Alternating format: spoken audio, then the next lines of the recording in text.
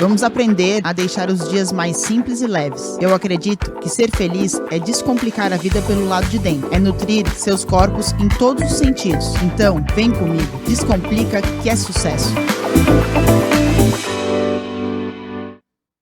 Maravilhosas criaturas, cá estou com mais um Descomplicast. Estamos em setembro, não tem como passar setembro sem falar de Setembro Amarelo.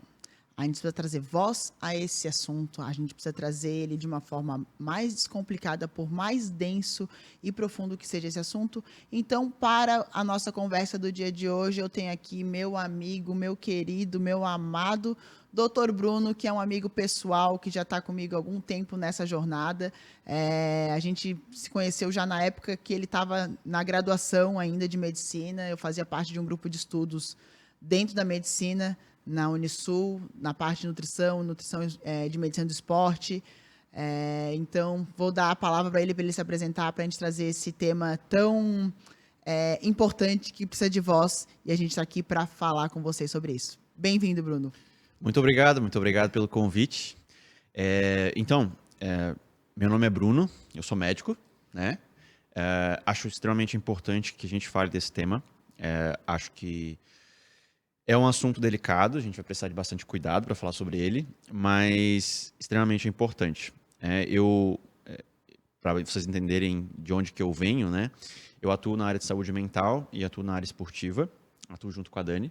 Então, essa questão minha veio de, primeiro, quando eu entrei na faculdade, eu pensava em fazer medicina esportiva, e de repente eu digo que eu fui sugado, praticamente absorvido para a área de saúde mental, né?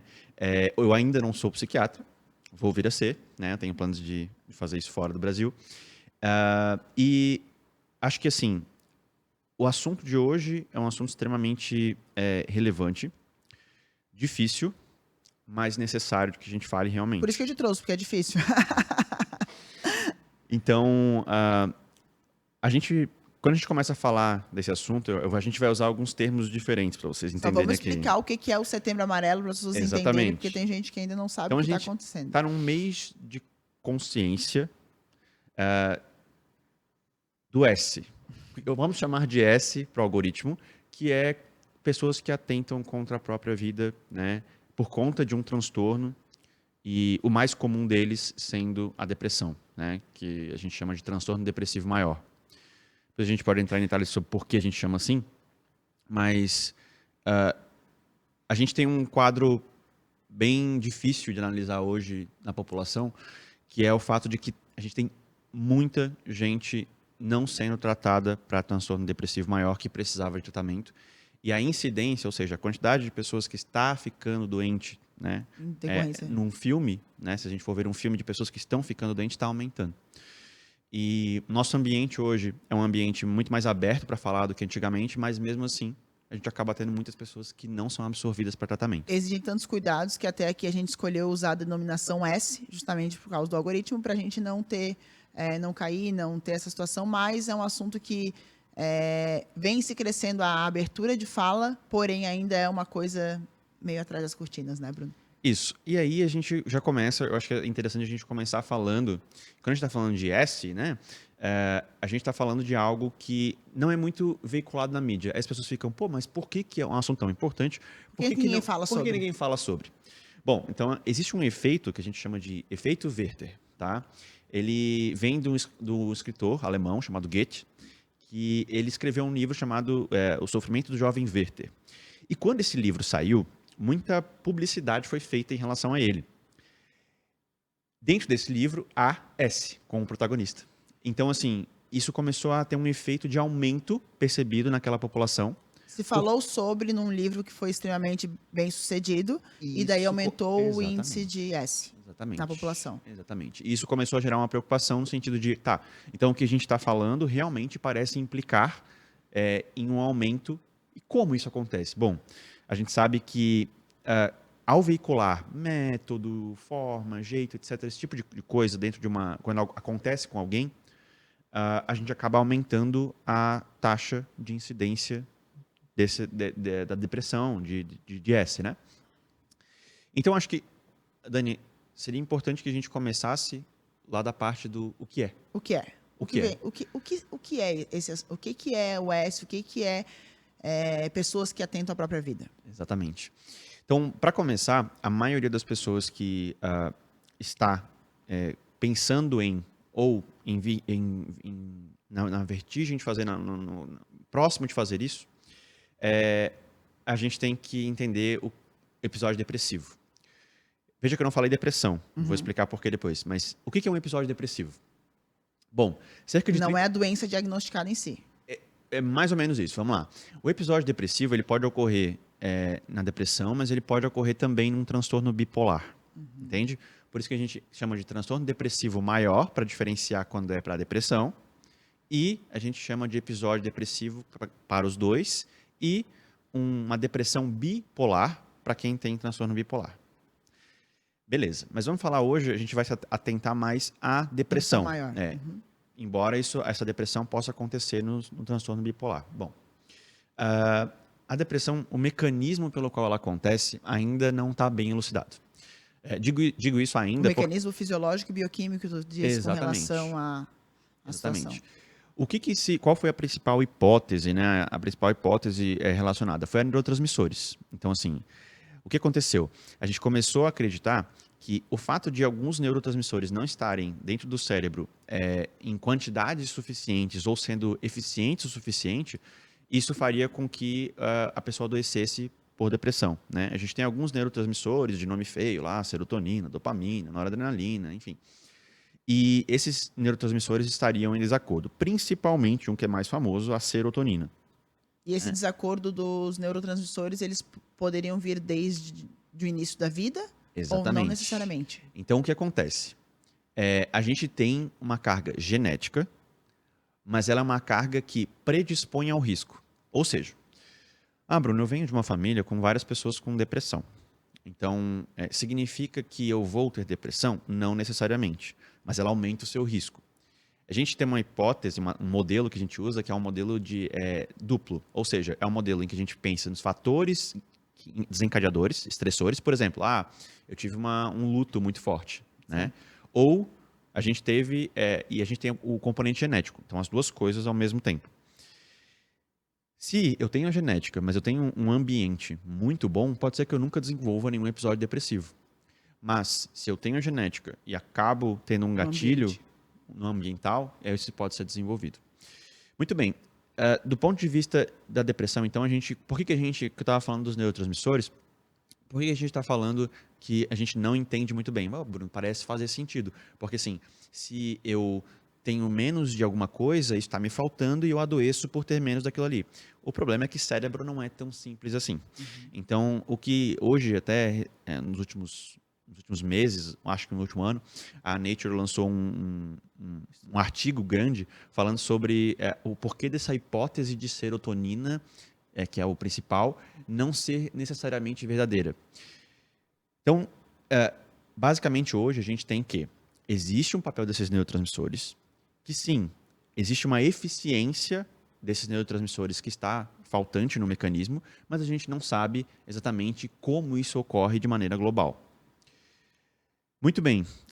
Bruno, só porque a gente não sabe o que significa o mecanismo, significa que a gente não sabe que existe? Não. Não.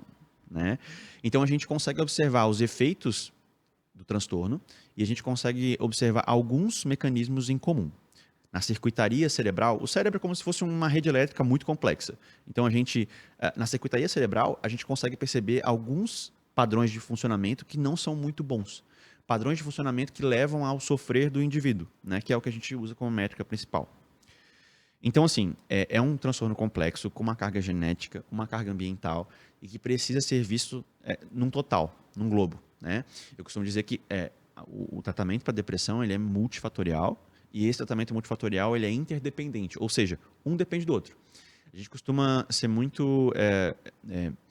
focar muito no fato do tratamento medicamentoso, que é extremamente importante, salva realmente vidas, mas a gente tem que ampliar um pouco o olhar no sentido ambiental. Porque, no caso, o medicamentoso ele está atuando sobre a questão dos neurotransmissores.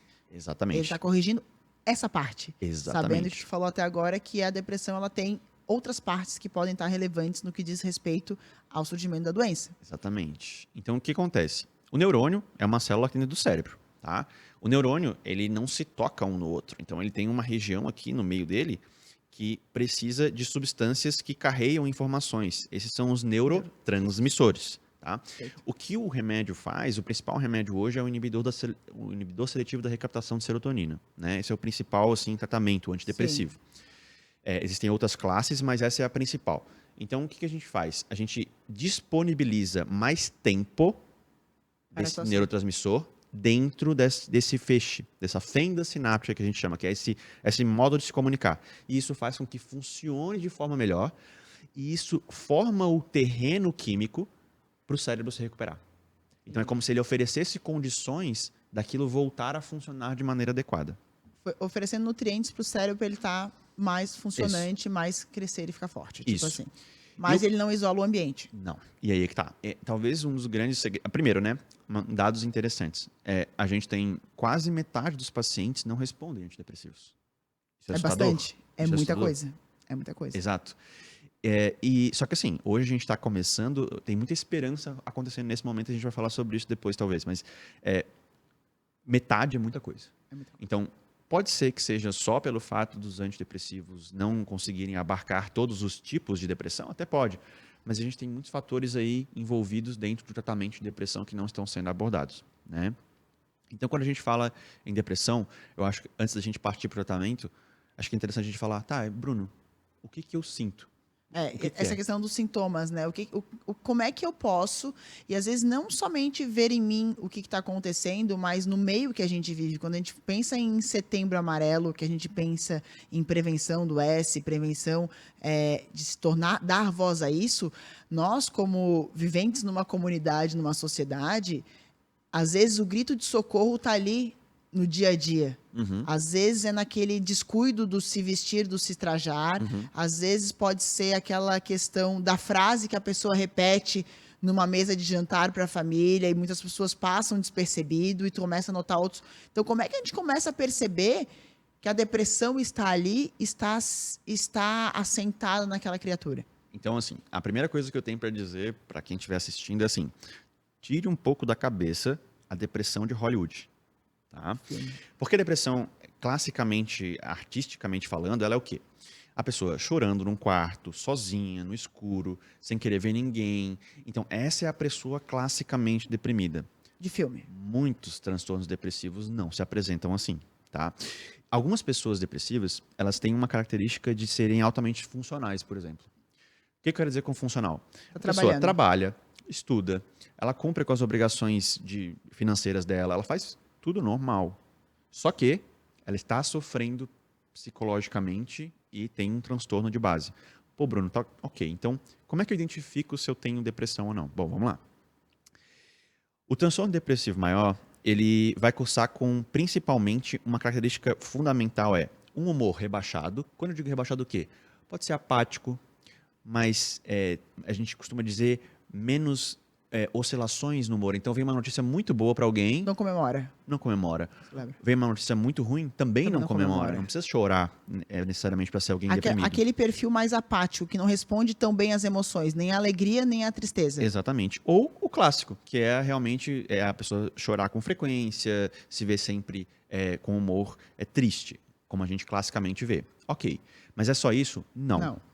A gente tem um pilar, assim, que é a perda do prazer.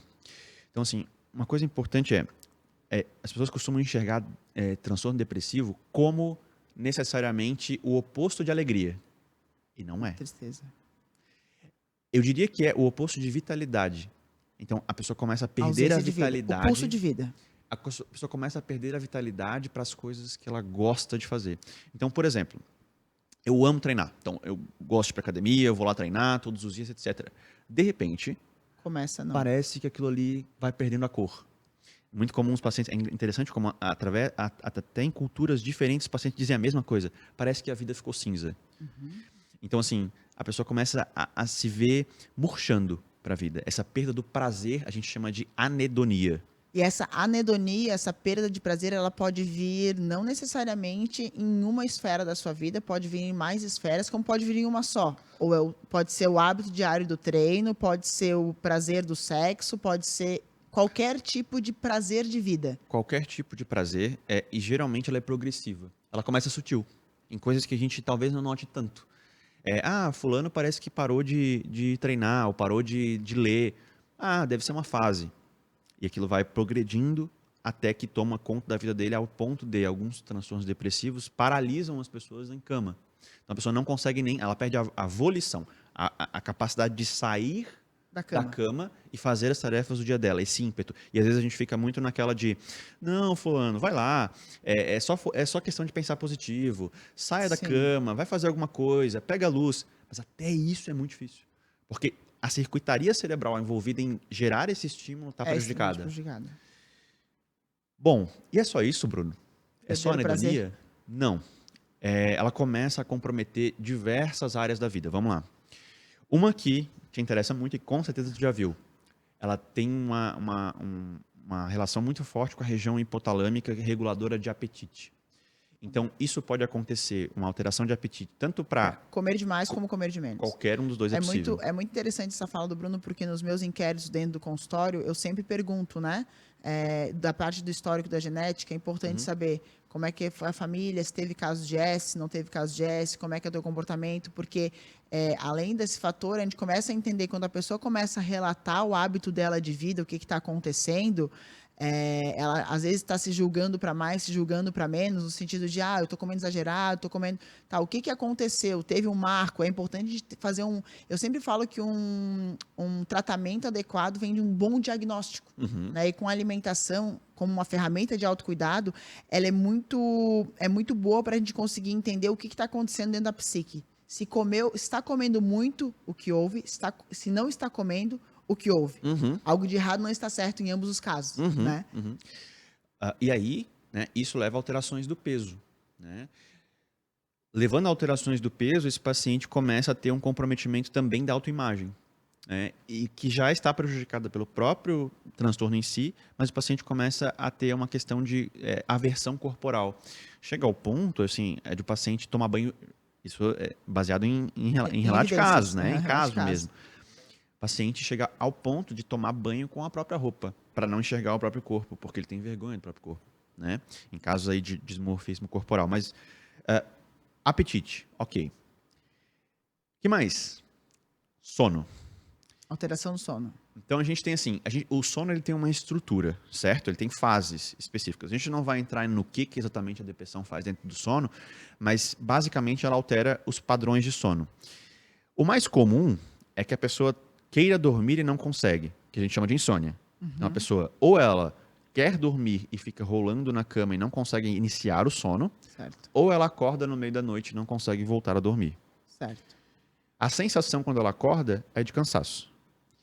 Mas existe um outro tipo, menos comum, mas também acontece, de hipersônia, onde a pessoa dorme o tempo inteiro e ela nunca sente que sacia o sono.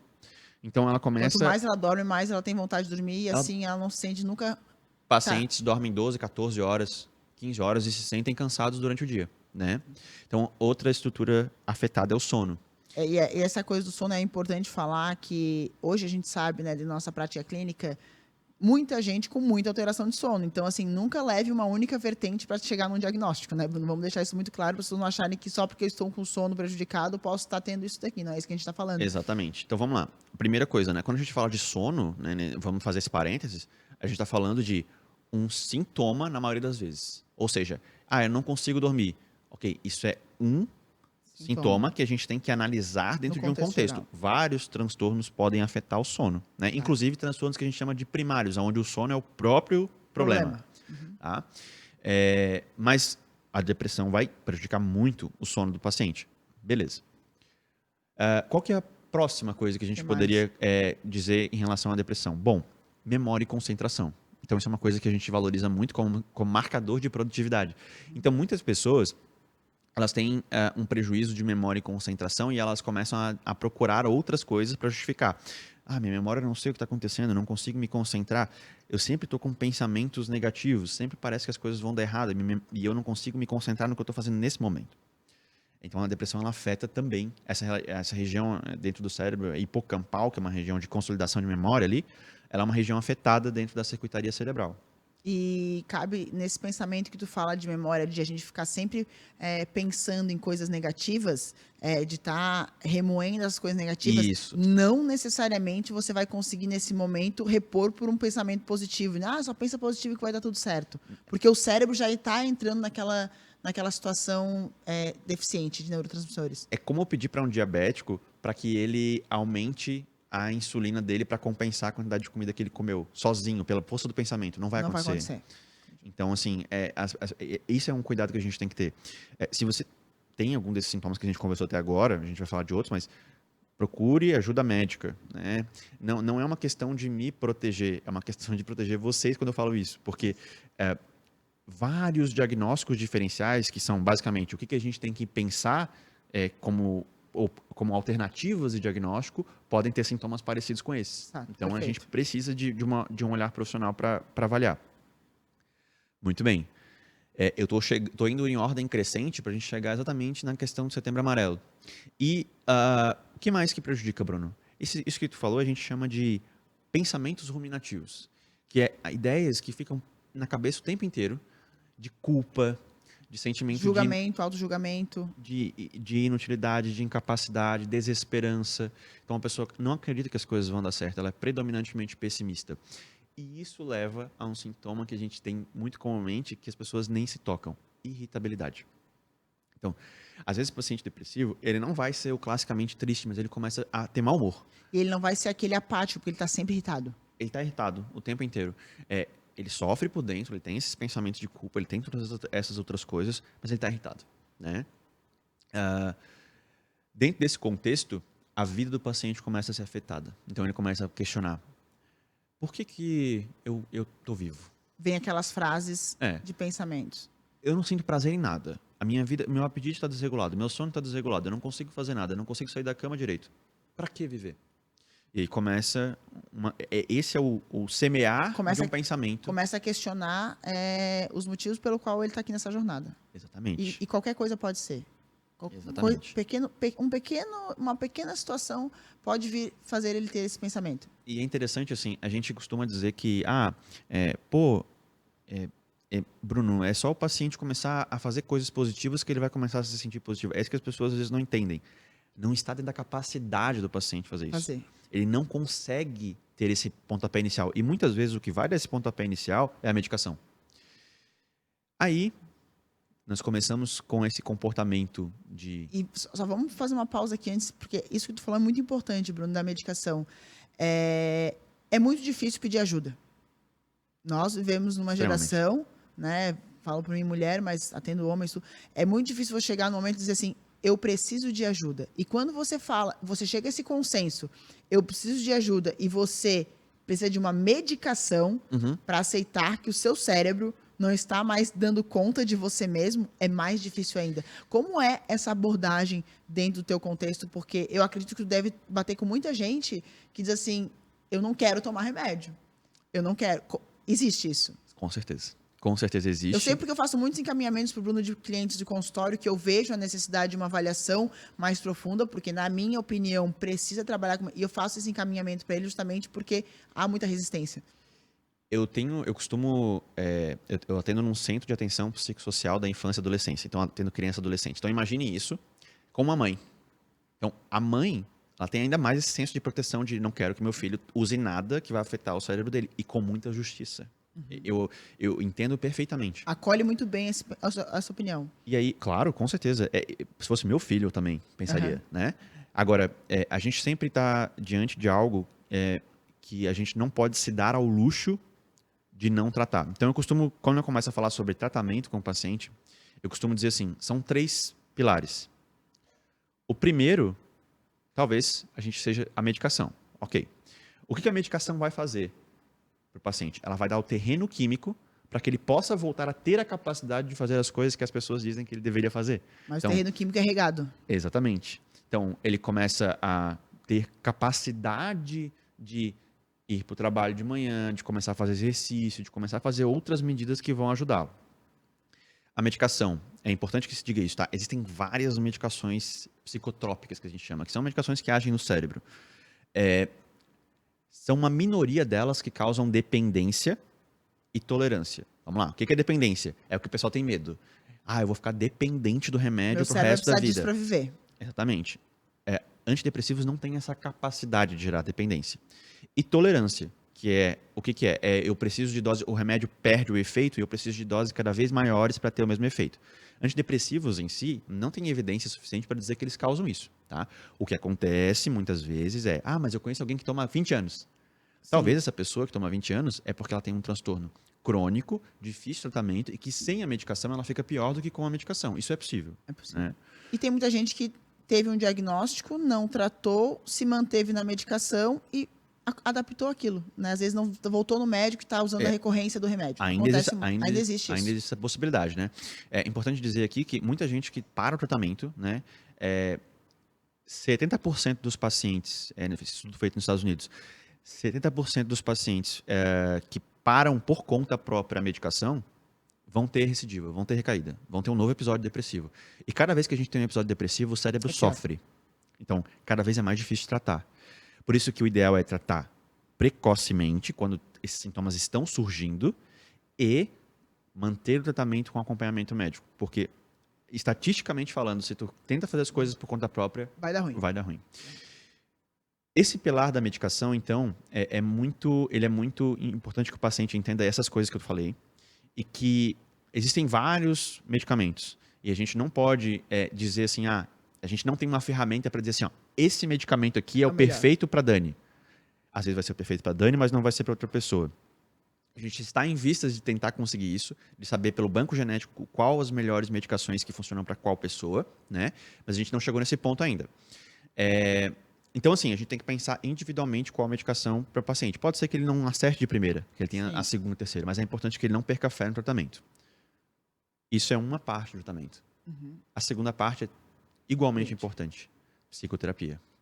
E aqui eu vou abrir algo para que as pessoas entendam o seguinte: psicoterapia não é só uma conversa, não é algo místico, não é algo que você vai lá só para desabafar. É um tratamento neurobiológico. O que isso significa? Significa que ela modifica a forma do cérebro funcionar. Então, a psicoterapia bem feita, bem indicada, ela vai modificar a forma com que o teu cérebro funciona, às vezes crenças disfuncionais, enfim, para que ele funcione de maneira melhor depois. E ele realmente não é assim, ele muda o pensamento. Não, ele muda a forma do circuito. Né? Então, o circuito elétrico que o cérebro ele sofre modificação quando faz uma psicoterapia de fato. Exatamente. Isso é imprescindível para o tratamento do paciente. Por que eu digo que é imprescindível? Existem estudos comparando paciente que só toma medicação, paciente que só faz psicoterapia e paciente que faz terapia combinada para transtornos aí moderados e graves. Os pacientes que fazem terapia combinada, eles têm mais sucesso no tratamento e eles acabam com menos recidivos. Eles voltam a ter muito menos episódios. Muito bem. E aí a terceira parte. Ambiente. E aí a gente tem a vida social, exercício físico, a alimentação. Tudo que são gatilhos. Então, pode ser positivos ou não. Exatamente. Então eu acho que hoje a gente acaba pecando no sentido do paciente se sentir desamparado, porque ele acha que tu vai colocar medicação para ele e não vai enxergar ele como uma pessoa que tem todos esses outros aspectos importantíssimos para que ele melhore. Sim. Né? Sim. E qual que é o curso natural da depressão? Assim, Bruno, não fiz nada disso. O que é o curso natural? Infelizmente é S. O prognóstico vai para esse sentido porque chega um momento que tu não consegue mais estar aqui. Exatamente. Se torna tão insuportável, porque, veja... dor, e é uma dor. Não estar aqui é uma dor que acaba levando a S. Então, deixa eu te falar. É uma dor, inclusive do ponto de vista do que acontece dentro do cérebro, dói. Não é assim, é uma dor psicológica. Não, é uma dor de fato. Dor de fato. Então, assim, até a questão da experiência da dor é diferente. Uhum. Então, é preciso olhar para essas pessoas realmente pelo que é. A gente tem que desmistificar o negócio.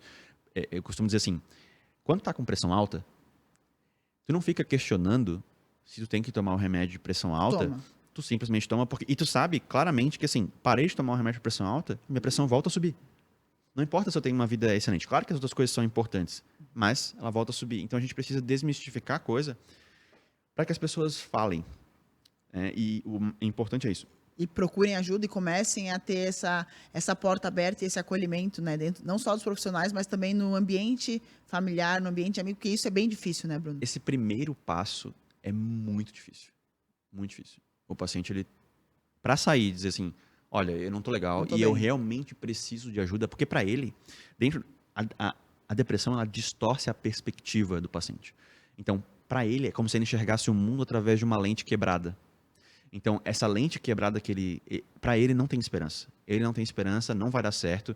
Ele Então realmente, ele nem se motiva a pedir ajuda, porque ele já sabe que não vai dar certo. ele é um caso perdido para ele. A lente está quebrada, então ele não consegue enxergar as coisas como ela... Às vezes as pessoas falam, né? É muito dolorido para o profissional ver isso acontecer. As pessoas falam assim, pô, mas ele não valoriza a vida que ele tem filhos lindos, ele tem uma família ótima, Tá ele bem tem um bom emprego, financeiramente. ele está financeiramente bem. Por que ele está deprimido? Ninguém fala isso com pressão arterial. Por que ele está com pressão alta? Não, ele tem pressão alta. Sim. Entende? Entendi. Então as pessoas... Ainda há muito julgamento em cima da patologia, ainda Com certeza, ainda muito auto-julgamento, julgamento externo também, né? De crenças, né, que as pessoas têm porque ele está nesse contexto, ele não tem o direito de. Como Sim. se fosse assim, não tem o direito de estar Sim. depressivo, não tem o direito de estar nessa situação. É muito difícil de se quebrar os grilhões de tu conseguir admitir um transtorno e esse transtorno as pessoas entenderem que não é um defeito de caráter, não é um defeito moral.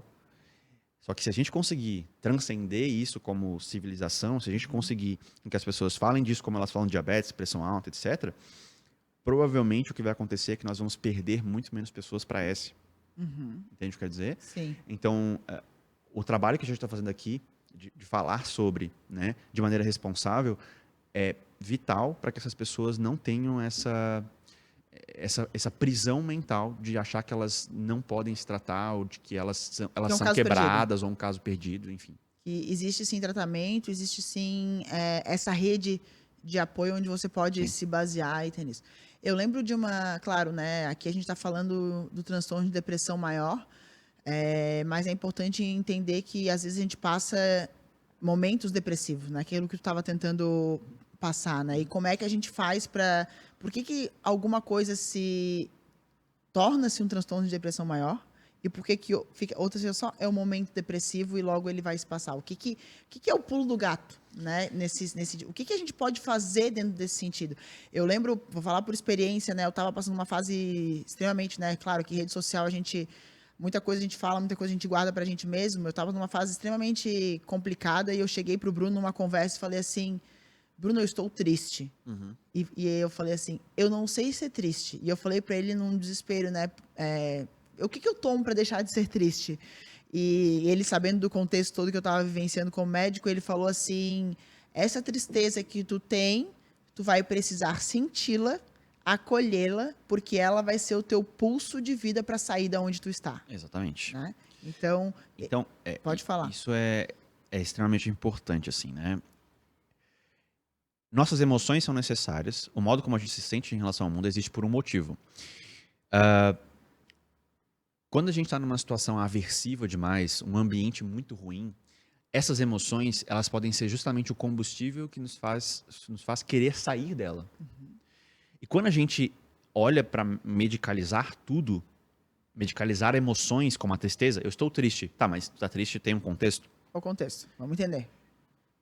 Eu tô triste porque eu tenho um luto recente. Bom, um luto é um processo natural de transformação e adaptação que o ser humano precisa passar. Então, Bruno, como é que eu faço para diferenciar? Daí a questão profissional. Exato. Vamos lá. A gente tem um manual DSM, que é um conjunto de diagnósticos onde tem critérios ali para a gente preencher. Extremamente importante o manual, mas a gente brinca que se tu leres esse manual, provavelmente tu vai sair com 2 ou 3 diagnósticos na cabeça. Eu tenho isso. Eu tenho isso, tenho aquilo outro. Por quê? Porque a gente faz uma análise meramente qualitativa, ou seja, a gente faz um checklist. Tenho. Ok, isso é importante, a qualidade das coisas, de sim ou não? Sim. mas a gente sempre tem que olhar para a parte quantitativa. O que significa isso?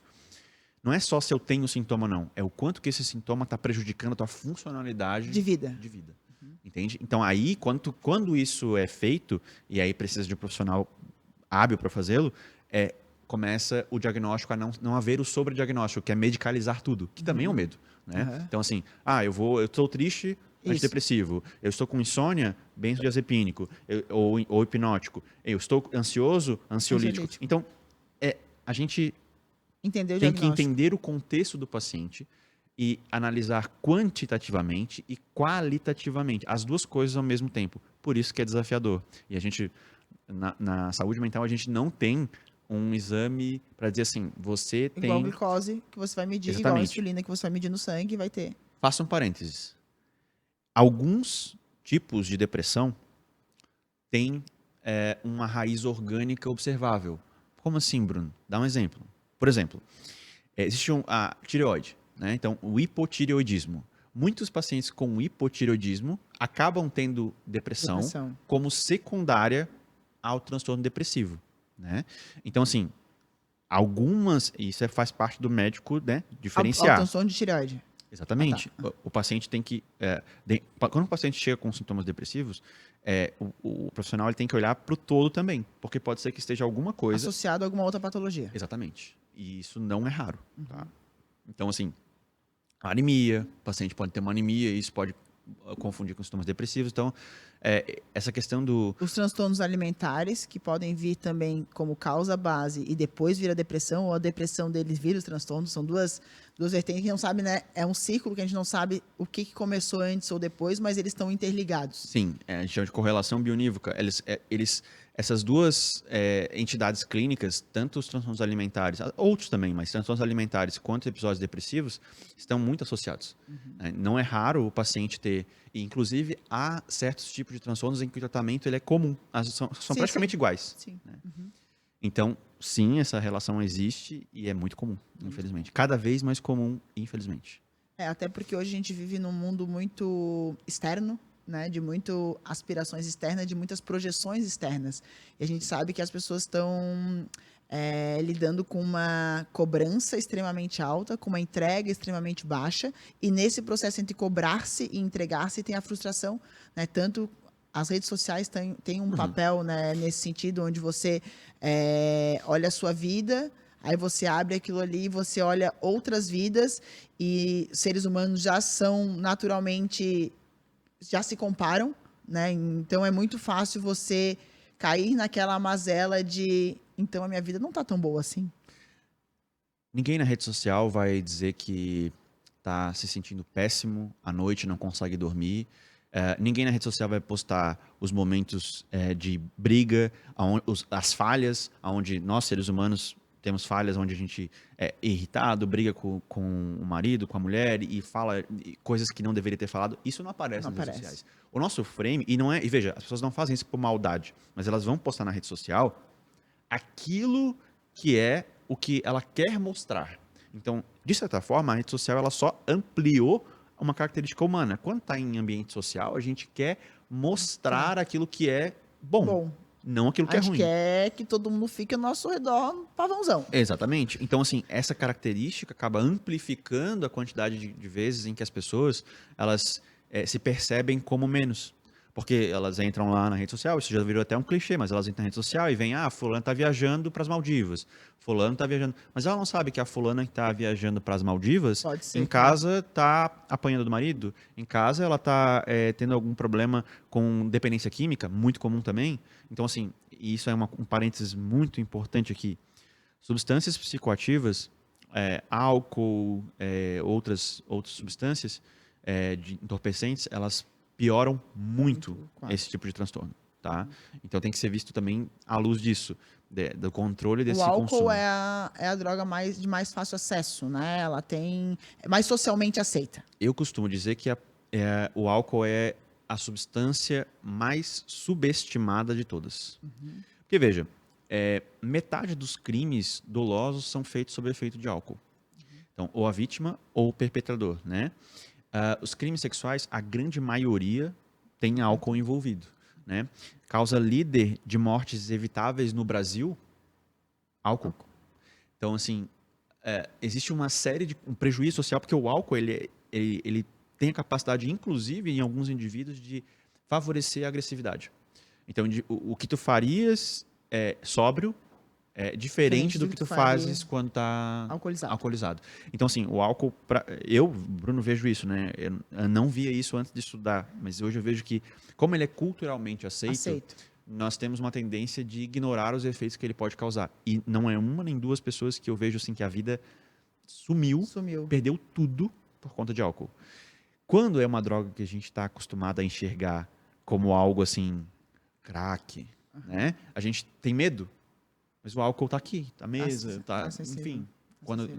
Então as pessoas, elas simplesmente é de fácil ignoram. acesso, tem em qualquer local, né? Então isso acaba sendo uma coisa e ele, no caso de doenças como depressão maior, ele agrava muito os casos. E também ele tem falando especificamente dele, existe uma questão relacionada a o álcool. Ele é um ansiolítico, né? Não significa que ele pode ser usado como remédio, mas ele é um ansiolítico e porque ele tem um efeito rebote. Mas ele tira a inibição social, ele inibe o córtex pré-frontal, então a gente faz decisões mais adolescentes, mais impulsivas. Sim.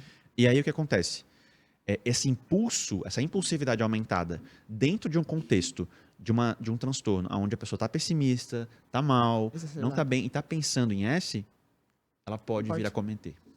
Pode vir a sofrer. E uma das coisas, aproveitando, né, saindo um pouco mais o álcool, ele tem esse papel, a gente começa a observar dentro da nossa prática clínica, nas conversas com os clientes, com os pacientes, eu não gosto muito de chamar de paciente, mas enfim, que como ele é bem aceito, as pessoas estão utilizando ele, cheguei em casa, não estou muito bem, vou beber. Isso é muito comum. Tem muito diário, né, Bruno, o consumo diário. Mas é pouco, tá, é 1 ou 2 taças, mas é todo dia. Sim. Isso já é caracterizado. Sim. Né? A gente sabe que isso já é um transtorno por ali, já está alguma coisa. A forma como você está lidando com algo já não é uma forma tão social assim. Ela já acaba sendo, aquilo que falou, ele não é um ansiolítico, mas ele está ocupando um espaço ali de alguma coisa que deveria estar sendo tratada naquele momento. Com certeza. O álcool tem essa propriedade relaxante. Então, muitas vezes o paciente está num episódio depressivo, ele não aguenta o dia inteiro dele. O dia inteiro é um martírio. Isso é uma coisa interessante. A sensação de que uma pessoa tem quando ela tem depressão é que ela precisa de muito mais força, muito mais energia para fazer as mesmas coisas. Então, a pessoa chegou exausta ao longo do dia em casa, ela pensa, eu vou usar alguma coisa para relaxar minha cabeça. Eu vou usar relaxar. E aí o álcool serve de rápido, fácil, tem em qualquer lugar. Se tu sair na rua com uma garrafa, ninguém vai te julgar, porque é comum. Então, assim, acaba acontecendo com frequência, sim. Acaba acontecendo com frequência, certo. E daí, voltando lá para os pilares que a gente estava com relação ao diagnóstico e o tratamento, quando a gente pensa em ambiente. Né? Como é que a gente começa a identificar dentro do nosso ambiente que enfim, a gente está tendo aquela situação e o que a gente pode fazer dentro. Eu falo assim, não como profissionais que nós estamos ali na frente, né? Mas como família, como amigos, como meio social. Porque a gente tem essa ideia de que basta valoriza a sua vida. Você está aqui, né? Muita gente gostaria de estar aqui, não está mais. Pensa positivo, vira a chave, não é tão simples assim. O que nós podemos fazer de forma acolhedora, né? Como sociedade, como comunidade, para tentar lidar com depressão maior? A primeira coisa importante é entender que assim, o convívio com quem tem esse transtorno depressivo maior pode ficar bem dificultado. Então, a pessoa pode estar mais irritada, mais aversiva, ela pode estar não querendo falar. Essa mudança no comportamento é a primeira coisa que as pessoas podem notar. Então, fulano não era assim. Ele começou a se comportar dessa maneira. Então, ele tá começando a ficar mais retraído socialmente, ele está começando a ficar mais irritado, impaciente, fechado. Bem, o que mais? A primeira coisa que eu diria assim, crie oportunidade de tratamento. Se você tem alguém na família... E um ambiente favorável que a pessoa se manifeste a procurar o tratamento. Crie oportunidade de tratamento. Vamos lá. O que significa isso, Bruno? Bom, se você percebe que a pessoa não tem nem a capacidade de agendar uma consulta psiquiátrica, de agendar uma consulta com o médico, de começar uma psicoterapia, porque também pode ser uma porta de entrada, faça. Mas ele não quer... Negocie. Esse é o primeiro passo, porque assim, sem esse passo, a gente não vai conseguir construir nada em cima. É um processo de realmente reconstrução de hábitos e estilo de vida baseado também no terreno químico que a medicação dá. Então, assim, a gente precisa ter esse pontapé inicial. A partir disso, ok, o paciente conseguiu começar o tratamento. Agora, isso é só o começo. O desafio é manter esse tratamento. Aderir ao tratamento, permanecer no tratamento. Como é que você pode ajudar o paciente nesse sentido? Ajudando. Primeiro, né? O nosso ambiente, ele determina muito de como nós nos comportamos. Então, vamos lá. Eu dou esse exemplo porque é mais fácil. Às vezes vem uma mãe com um filho com obesidade. E ela quer tratar o filho. E ela diz, não, meu filho precisa emagrecer, etc, etc. Aí a gente olha para o contexto da mãe, a mãe também tem obesidade e a mãe também tem maus hábitos. Muito, muito dificilmente essa criança vai conseguir mudar o quadro dela. Porque ela é modulada por aquela... Por causa do todo ambiente. dia. A mesma coisa serve para um comportamento comportamentos disfuncionais dentro de um transtorno depressivo. Bom, então como é que eu poderia fazer? Rotina de sono. Então, começar a ajudar esse paciente, horário de acordar, horário de dormir. Importa menos qual hora. Né? Porque tem pessoal falando, 5 da manhã, 6 da manhã. Sim. Importa mais que tenha uma regularidade nesse início. Aquela palavra que a gente não gosta de ouvir, mas é a disciplina do dia a dia. Né? Isso, e começar a fornecer as condições para tal. Pra tal. Né? Outra coisa simples, assim, simplória, parece algo luz. Luz é uma coisa extremamente importante na questão da depressão, para regulação do sono e para regulação do humor. Pô, Bruno, como é que se sabe isso? Uma coisa, existe até um termo chamado depressão sazonal, que acontece muito nos países escandinavos, não tem porque sol, não tem né? luz, né? Porque não tem luz durante boa parte do tempo. Então, pegar 20, 30 minutos de luz pela Solar. manhã vai ajudar solar e diminuir as quantidades de luz à noite, vai começar a ajudar a regular o círculo circadiano desse paciente. Isso é comprovado cientificamente. Com Cabe certeza. deixar isso Com claro. certeza. Os países escandinavos têm maiores índices de depressão. Nas né? fases onde estão sem luz solar. E aí o pessoal até glamoriza isso, fala assim, não, mas é porque eles são desenvolvidos, tão desenvolvidos que eles não têm nada para fazer e aí eles ficam entediados e têm depressão. Não é isso. Não é isso. Tá? A gente sabe que o papel da luz é fundamental nesse contexto. Então, assim, precisa olhar para quando se está acompanhando alguém com transtorno depressivo, como é que eu posso fornecer ajuda? Estender a mão para ouvir é um passo importante. Ouvir mas sem julgamento, né? sem julgamento. Isso é exatamente. importante. Assim, conselhos, em geral, não vão surtir muito efeito. Tá? E podem fazer o efeito inverso. Podem fazer a pessoa ficar refratária de falar alguma coisa. Pô, sempre que eu vou falar com a fulana, ela me bota para baixo. Ela me diz que eu precisava estar fazendo alguma coisa que eu não consigo fazer. Que eu não tenho energia para fazer. É muito difícil a gente, né, cidadão leigo que não tem um conhecimento do estudo da patologia, conseguir ajudar sem estar com uma rede de apoio, né, com um médico, com psicoterapia, com alguma coisa assim. Uma coisa que tu falou ali no começo, né, das questões do prazer, da perda de prazer, né? Quando a gente consegue ver no nosso meio que pessoas que eram motivadas ou, enfim, tinham prazer em fazer certas coisas já não estão mais fazendo, pode ser um começo, né, do que tá acontecendo, né? E você convida ela para fazer aquela, vamos fazer uma viagem. Não quero. A pessoa que sempre gostou de viajar, vamos passar o final de semana na casa de fulano, onde sempre era feliz. Não quero. Começa a ser aquele comportamento que tu vê, ela era tão feliz fazendo aquilo, por que será que não está mais fazendo aquilo? Né? O que está acontecendo, né? Exatamente. Tá causando essa situação. E assim, às vezes a pessoa ela não tem esse insight. Ela não percebe que ela está modificando e ela precisa de alguém externo para dizer, olha, tem algo errado. Tu está se comportando de uma maneira muito diferente do que tu costumava ser. Porque, veja, todo mundo se entendia de alguma coisa em algum momento. Pode ser. Sim. Assim, eu gostava de, sei lá, fazer tal coisa e de repente eu não gosto mais. O problema é, quando esse comportamento ele vem acompanhado de outras coisas, começa a notar que ele está aumentando. Ele deixou de fazer uma coisa ali, depois deixou de fazer outra ali. Ele está começando a mudar a forma com que ele interage com as pessoas. Sinal de alerta. Perfeito. E aí, assim, a primeira coisa é estender a mão para o tratamento e fornecer que esse paciente tenha acesso a psicoterapia. De uma porta aberta. Exatamente. Uma porta aberta. Exatamente. E quando a gente for pensar, assim, falando mais especificamente do Setembro Amarelo, né, e do S em si, que daí eu acredito já ser uma parte, para acontecer isso, para a pessoa tentar a própria vida, muito transcorreu. E às vezes transcorreu em silêncio, né, Bruno? Não foi anunciado, não teve grandes sintomas, não teve grande... Por isso que eu acho que é tão difícil a gente conseguir trazer voz ativa a um assunto que às vezes é tão enclausurado, né? Dentro Sim. de cada um, tanto isso. E nesse contexto, que a gente vem, né? A gente que acompanha sabe que tem aumentado o índice dessas coisas acontecendo. Talvez ao mesmo tempo que a gente tenta trazer mais voz, a gente também, a forma como é falado, a forma como é conduzida as conversas, mas o que tu acredita que a gente, dentro de, né, como cidadão, enfim, trabalhando nisso, a gente possa estar criando na sociedade, tipo, outras vertentes, outros caminhos para tentar lidar com isso, uma conversa aqui, um podcast aqui, o que a gente pode estar fazendo enquanto equipe, né, que trabalha com isso, porque fica o nosso grito de quero ajudar, quero poder fazer isso, o que a gente pode estar... Quais são os outros meios que a gente pode estar para a gente estar trazendo esse assunto? Honestamente, eu acho que o principal é um termo que a gente usa muito na técnica, que é psicoeducação. Eu acho que isso falta muito. E eu vejo que os pacientes trazem essa carência. Eles não... Muitas vezes o paciente vem com um transtorno desse e ele até estava tratando, só que ele não sabe o que ele tem. Ele diz assim, eu tô tomando isso e aquilo ali para depressão. Aí a gente pergunta, tá, e te falaram o que é isso? Não. Então a pessoa não entende o que é.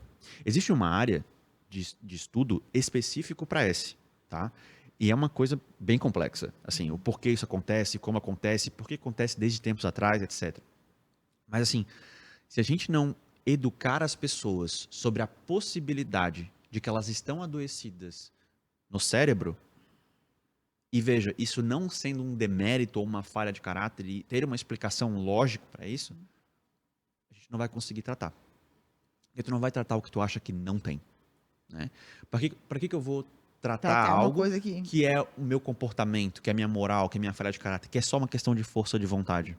Então eu acho que a principal é psicoeducação, é que as pessoas comecem a falar mais e falar de maneira técnica e entender e começar a educar as pessoas em relação a isso. Entenderem mais sobre o assunto, tudo isso que a gente passou aqui, né, falando de dos sintomas, né, o que pode estar indicando que você tem, que você ou alguém próximo a você tem, o tratamento que não tem como fazer de forma isolada sem estar trabalhando todas as vertentes, como tu falou ali, né, psicoterapia, mais a questão medicamentosa, mais a modulação de comportamento de ambiente, que é super importante, né? Tudo isso é o que a gente tem hoje para tentar diminuir esses índices que cada vez vem acontecendo. Eu sei que um tempo fiz uma avaliação dos meus inquéritos alimentares, fui ver assim, de cada 10 pessoas que eu atendo, eu fiquei chocada, assim, pelo menos assim, que tiveram histórico na família ou que teve alguma coisa, eu acho que de cada 10, se não me engano, eram 3 que tiveram, é bem alto, né? Pensando que teve na família, ou que teve próximo, ou foi o tio, ou foi o avô, ou foi o primo, ou foi o irmão, é muita gente. Que é uma coisa interessante. Quando a gente está clinicando, é extremamente importante a gente colher essa história familiar. Então a gente pergunta assim, tem algum transtorno depressivo na família? Tem algum transtorno bipolar na família?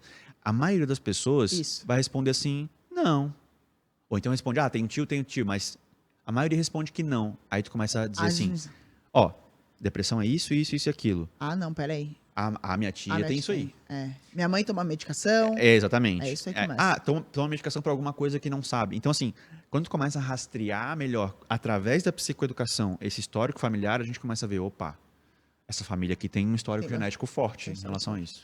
E às vezes, aquela história, né, Bruno? Tu tá vivendo a tua vida numa situação, enfim, tá tudo acontecendo, tem um histórico ali genético, alguma coisa aconteceu e aquilo ali pode ser o suficiente para virar o seu comportamento, a sua chave, a sua modulação de neurotransmissores, né? Aquilo ali pode ser. A gente veio, né? Quer dizer, é muito louco falar, veio da pandemia, estamos na pandemia, a gente nunca sabe direito o que está acontecendo, né? Mas, enfim, o ano de 2020, que fez, né? Onde estourou aquela situação toda, fez as pessoas... Aumentou muito o índice de muitas coisas, porque as pessoas ficaram isoladas, tiveram que lidar com elas mesmas. Então, um fato que ninguém imaginou que ia acontecer, aconteceu e desencadeou uma série de coisas. Né? Então, a gente está, independente disso, a gente está sujeito às modulações do meio e das coisas que a gente não pode controlar. Né? Então, por isso que é importante a gente trazer essa conversa, porque, querendo ou não, a gente sempre vai estar sujeito ao que a vida Sim. te oferece Sim. e te acontece, né, dentro desse sentido. Mais alguma coisa? Não, Quer deixar uma mensagem final aí? sim. Eu gostaria que as pessoas que estivessem ouvindo, que se identificaram de alguma forma, eu acho que isso está acontecendo comigo, eu não tenho ninguém para falar. A gente tem o Centro de Valorização da Vida, né? Certo. Só procurar lá no Google, tem o número certinho dele, você liga, as pessoas vão te atender. Eu estou desesperado, é um ponto de apoio. E ele funciona 24 horas. 24 horas. Então, assim, é um ponto de apoio bem importante para que alguém te ouça, mesmo que você não tenha acesso. E se Você você é uma pessoa neutra, né? Uma pessoa que tu não é do teu meio, não é do teu ciclo, né? Só precisa ser ouvido. Exatamente. Né? Às vezes é isso. E ainda tem uma vantagem, é um ouvinte capacitado para tal. Então, ele vai te ouvir mesmo, legitimamente. Sim. Que é mais difícil do que parece. E se você se identificou com algum desses sintomas, se tem alguma coisa que você realmente sentiu que, pô, isso aqui Tocou. pode estar acontecendo comigo, Ou com alguém muito próximo. procure ajuda profissional. Procure ajuda profissional. Ah, Bruno, mas eu não tenho dinheiro. Procure ajuda profissional na rede pública de saúde, mas não deixe de procurar ajuda. Tu atende na rede pública para adolescentes Eu e atendo crianças, né? adolescentes e crianças, etc. Isso é muito verdade. E isso é bem interessante de dizer. Quando a gente observa nas crianças e adolescentes, tratar ou não modifica totalmente a vida dessas crianças, inclusive no desenvolvimento cerebral benéfico delas. Por que um adulto não? É a mesma coisa. Então, assim, cuide do seu cérebro como você cuidaria do seu pâncreas, do seu fígado, do seu coração. Cuide ainda mais porque ele é responsável por tudo, pela regulação de tudo, né? Então, busque ajuda profissional. Com certeza esse é o principal, assim. A gente precisa se despir um pouco do nosso ego, da nossa vaidade, do nosso orgulho, e entender que, como seres humanos, todos nós precisamos de ajuda em algum ou vários momentos da vida. E tá tudo bem pedir ajuda. Sim. Né? E tá tudo bem. E basta você acertar a sua rede de ajuda, criar essa egrégora de que realmente você veio aqui para viver o melhor dentro dessa jornada. E se isso não está acontecendo, algo de errado não está certo. Né? Então, procure ajuda, eu sempre falo, né, quando eu falo sobre assuntos mais densos ou quando eu comento sobre isso, que tanto a minha rede social como a rede social do Bruno está sempre aberta. Sim. Nós mesmos que respondemos, né, nossas redes, a gente conversa. E saiba que existe sim muita gente com essa situação, que já está numa situação mais complicada, que já está evoluindo no transtorno de depressão maior, que está ali à beira do S, mas tem muita gente aqui também disposta a ajudar, que está capacitada para isso, o que é mais importante, né? Exatamente. É isso. Então tá, Bruno, queria agradecer a tua participação, né? Muito obrigada Eu agradeço. por ter vindo aqui falar de um assunto que é tão difícil, às vezes, abrir essa caixinha, né? E expor, assim, tantas coisas. E a gente sabe que tem muita gente que fica tocada, que se identifica. Então, obrigada mesmo pelo teu conhecimento aí, né? Já te conheço há muito tempo, sei que tu é um grande cabeção, eu sempre falo, né, da medicina. E obrigada mesmo. Eu que agradeço. Muito obrigado.